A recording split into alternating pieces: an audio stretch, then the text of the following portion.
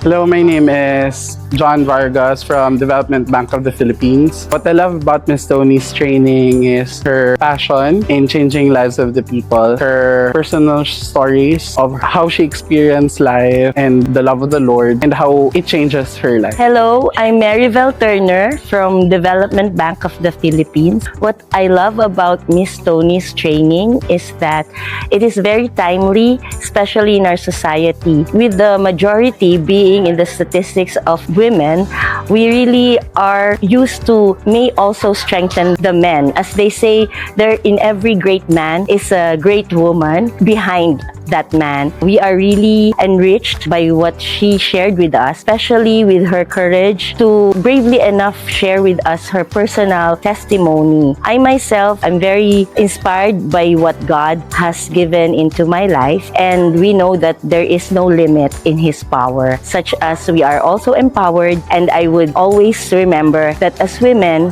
we have the purpose, the power, and the strength. Thank you. Hello, I'm Kate Luis Opiniano from Development Bank of the Philippines. What I love about Miss Tony's training is that na-realize ko na sana yung mga thoughts natin will never be hampered sa kung paano natin nakikita yung sarili natin. Sana magpatuloy tayo mag-shine, mag-smile. Thank you. Hi, my name is Heidi Makasayat. I'm with the Development Bank of the Philippines. What I love about Miss Tony's training is her honesty. It was a very powerful testimony, as I said, and I appreciate that she was very honest and she was very authentic, and that I saw myself in her story. And I pray that how she journey through her life would be the same journey, or at least a good journey that I will do with mine as well. Thank you very much, Miss Tony. Hi, my name is Angel Lamonte from Development Bank of the Philippines. Ang nagustuhan ko po dito sa talk ni Miss Tony is ang dami kasing na-discuss ni Miss Tony, hindi lang tungkol sa professionalism, pati sa grooming din.